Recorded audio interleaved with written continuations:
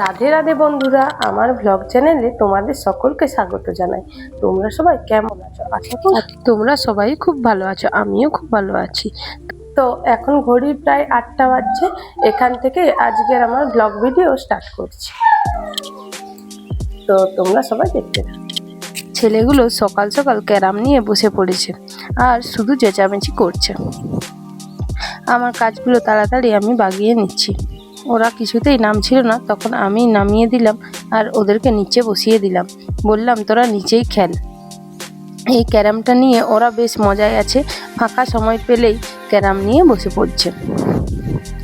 ওর বাবা বলছিল ওদেরকে একটা ভালো ক্যারাম এনে দিবে, ওরা এটাতে একটু খেলতে শিখুক। তারপর বৃষ্টি হওয়া মানে আমাদের কাজগুলো যেন আরো দ্বিগুণ বেড়ে যায়। বৃষ্টি পড়লে দেখতে যেমন ভালো লাগে, তেমনি অনেক কষ্টও হয়। ভিজে ভিজে বাড়ির সমস্ত কাজ সারতে হয়, তাই বাড়ির ভিতরের কাজগুলো সেরে নিয়ে তারপর বাইরের কাজগুলো করতে যাব। কিছু সমস্যার কারণে আমি ভিডিও আপলোড করতে পারিনি। তোমাদের সাথে শর্ট ভিডিও আপলোড করেছি এই 1-2 দিন ধরে, তো সেই জন্য তোমাদের কাছে ক্ষমা চেয়ে নিচ্ছি। তো এদিকে আমি ঝাঁট দেওয়া শুরু করে দিয়েছি, ঝাঁট দিয়ে নিচ্ছি। আর তার সাথে সাথে আলনাতে কিছু কাপড় রয়েছে যেগুলো অগোছালোভাবে রয়েছে, সেগুলোও বাগিয়ে নিচ্ছি। আমার ছেলেরা সব সময় আলনা ঘেঁটে দেয়, কিছুতেই গোছানো বাগানো থাকতে দেয় না। আর এই টানা বৃষ্টির কারণে ঘরের যে সমস্ত ডেলি ইউজেস কাপড় চোপড় থাকে সেগুলোও শুকনো হচ্ছে না, তাই এইসব কারণে বর্ষাকালে একটুখানি কষ্ট হয়। কিন্তু তাও রেনি সিজনটা এতই সুন্দর লাগে যে মনে হয় সবসময় বসেই থাকি আর বৃষ্টিকেই দেখতে থাকি। কিন্তু আমরা তো হাউস ওয়াইফ, আমাদের আর সে সময় কোথায় যে বসে বসে বৃষ্টি পড়া দেখবো। তাও যতক্ষণ সময় পাই একটুখানি জানলার দিকে তাকিয়ে থাকি, বেশ ভালোই লাগে।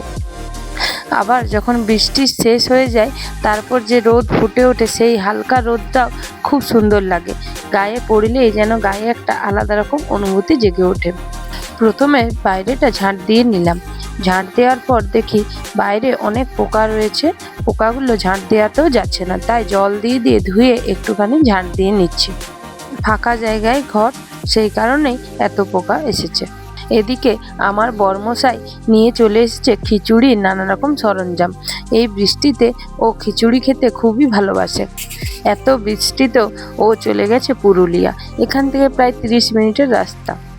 আমি ওকে বললাম ছাতা নিয়ে নিয়ে কি বাইরের কাজগুলো করা যায়? ও তখন বলছে আমার রেনকোটটা পরে নাও আর বাইরের কাজগুলো করো, তাহলে তোমার অতটা অসুবিধা হবে না। তো ও বললো বলেই রেনকোট পরে নিলাম আর বাসনগুলো মাজতে বসে গেছি। কালকের থেকে বাসনগুলো রয়েছে, বাসনগুলো মেজে নেওয়ার পর স্নান সেরে নেব। স্নান সেরে নিয়েছি, এখনও কিন্তু বৃষ্টি অনবরত পড়েই চলেছে। এবার আমি একটুখানি চুল আঁচড়ে নিলাম আর সিঁদুর পরে নিচ্ছি।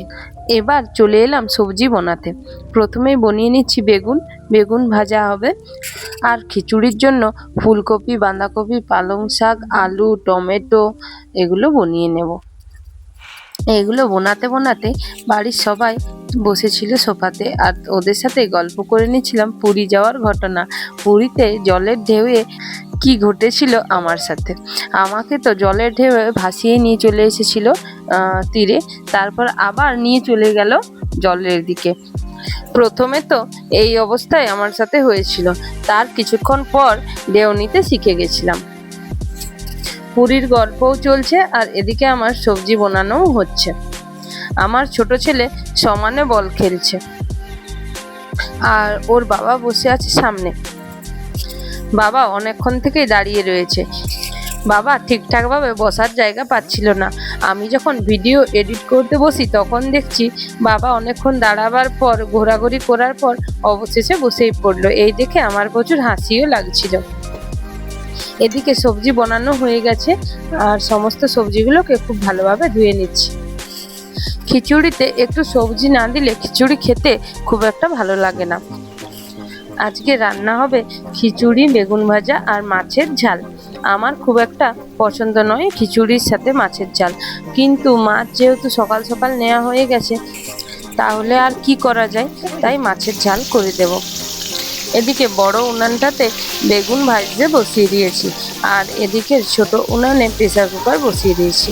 আজকের খিচুড়িটা আমি প্রেসার কুকারেই বানাবো, একটুখানি তাড়াতাড়ি রয়েছে তাই। প্রথমে তেল দিয়ে নিচ্ছি, তারপর চিড়ে রাখা কাঁচা লঙ্কা ফোড়ন হিসেবে দিয়ে নেব, আর টমেটো কুচি দিয়ে নেব, আর তার সাথে দিয়ে নেব আদা। একটুখানি ভেজে নেওয়ার পর হলুদ গুঁড়ো, জিরে গুঁড়ো, লঙ্কা গুঁড়োর একটি পেস্ট দিয়ে নেব, আর খুব ভালোভাবে কষিয়ে নেব। আজকের রান্নাগুলো তোমাদের সাথে যতটা পারছি শেয়ার করছি। তোমরা অবশ্যই কমেন্টে জানাবে আমার রান্নাগুলো কেমন হয়েছে।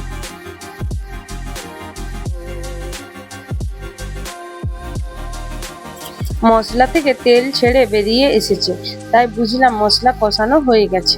এবার ডাল চাল মাপ করে দিয়ে নেব। এই ডাল ও চালের মাপটি প্রায় সমান হতে হবে, তবেই খিচুড়ির স্বাদ আরও বাড়বে। তো এখানে আমি 2 কাপের মতো চাল দিয়েছি, 1 কাপ মুসুরির ডাল, আর 1 কাপ দিলাম মুগের ডাল, আর আরও হাফ কাপের মতো মুসুর ডাল দিয়ে নিলাম। খুব ভালোভাবে ধুয়ে নিয়েছি, আর মশলা তো কষানো হয়েই গেছিল, সেটাতে দিয়ে নিচ্ছি। এবার চাল ও ডালটাকে খুব ভালোভাবে কষিয়ে নেব। প্রায় 5 মিনিট ধরে কষাতেই থাকবো।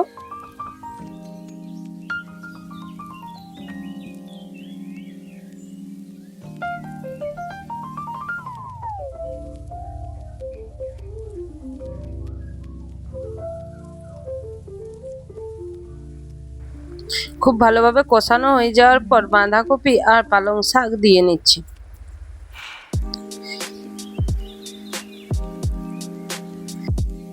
আর এদিকে বেগুনগুলো ভেজে তুলে নিয়েছি। যেই তেল বেঁচেছিল সেটাতে আলু আর ফুলকপিগুলোকে ভেজে নেব।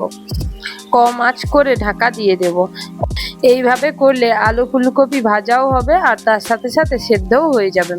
প্রেসার কুকারে দিলে আলু ফুলকপি দুটোই গলে যাবে। সব উপকরণগুলিকে খুব ভালোভাবে কষানো হয়ে গেছে। এবার দিয়ে নিচ্ছি লবণ। লবণ দিয়ে নেওয়ার পর আর একটু ভালোভাবে নাড়িয়ে চাড়িয়ে নিলাম। তারপর দিয়ে দেব জল। জলের পরিমাণটা একটুখানি বুঝে শুনে দিতে হবে, কারণ চাল ডাল অনেকটাই বেড়ে যাবে, তো সেই কারণে জলটা অনেক পরিমাণেই বেশি দিলাম। এবার সিটি দিয়ে নেব। সেদ্ধ হয়ে যাওয়ার পর আলু আর ফুলকপি মিশিয়ে নেব, আর ওপর থেকে ছড়িয়ে দেব 1 থেকে 1.5 চামচের মতো ঘি আর ধনেপাতা কুচি। এবার মাছগুলোকে ভেজে নেব। আর এদিকে দেখো বৃষ্টির জল জানলা দিয়ে কিভাবে আসছে। এবার দেখি ছেলেরা আমার কাছে এসে কান্নাকাটি করছে। ওরা দুজনেই বৃষ্টির জলে চান করার জন্য রেডি হয়েছিল, কিন্তু কোনো কারণে বড় ছেলের রাগ হয়েছে, তাই ও বলছে আমি বৃষ্টির জলে চান করব না। আর ছোট ছেলে বলছে বৃষ্টির জলে চল না চান করব দাদা। কিছুতেই বড় ছেলে স্নান করতে গেল না, তাই ছোট ছেলে বড় ছেলে দুজনকেই বাড়িতেই চান করিয়ে দিলাম। এই সময় কারেন্ট চলে গেছে। ভিডিও করতে অনেকটাই কষ্ট হচ্ছিল, আর ভিডিওর কোয়ালিটিও সেইভাবে ভালো আসছে না।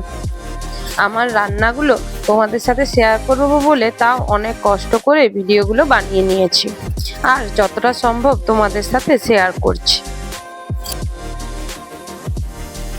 মাছের জন্য মশলাটাকে কষিয়ে নিয়েছি, তারপর দিয়ে নিলাম সাদা সরষা বাটা।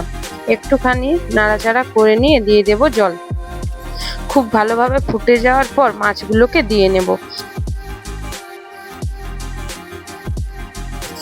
আর ওপর থেকে দিয়ে নিয়েছি ধনেপাতা কুচি। তো বন্ধুরা, আমার ভিডিও তোমাদের যদি ভালো লেগে থাকে তাহলে অবশ্যই আমার চ্যানেলকে সাবস্ক্রাইব করো, আর পাশে থাকা বেল আইকনে প্রেস করো সবার আগে নোটিফিকেশন তোমার কাছে পৌঁছে যাবার জন্য। তো তোমাদের সাপোর্ট ছাড়া আমি কিছুতেই একজন ইউটিউবার হয়ে উঠতে পারবো না, তাই তোমাদেরকে অনুরোধ রইল তোমরা আমাকে অনেক সাপোর্ট করো। আর হ্যাঁ, লাইক কমেন্ট শেয়ার করতে ভুলো না যেন। এবার সন্ধে সন্ধে দেখি আমাদের বাড়ির পাশে পুকুরে অনেক ছেলেরা সবাই মিলে মাছ ধরছে। তো আমরাও আর কেন বাদ থাকি, আমরাও চলে গেলাম মাছ ধরতে। আমার মেজো কাকু ছোট ছোট পুঁটি মাছগুলোকে জোগাড় করছে আমাদের পুকুরে ছেড়ে দিয়ে আসবে বলে। তো আমরা এই মাছগুলোই পেলাম, এগুলো তোমাদের সাথে শেয়ার করছি। তো আজকের মতো ভিডিও এখানেই শেষ করছি। দেখা হচ্ছে পরের ভিডিওতে। রাধে রাধে।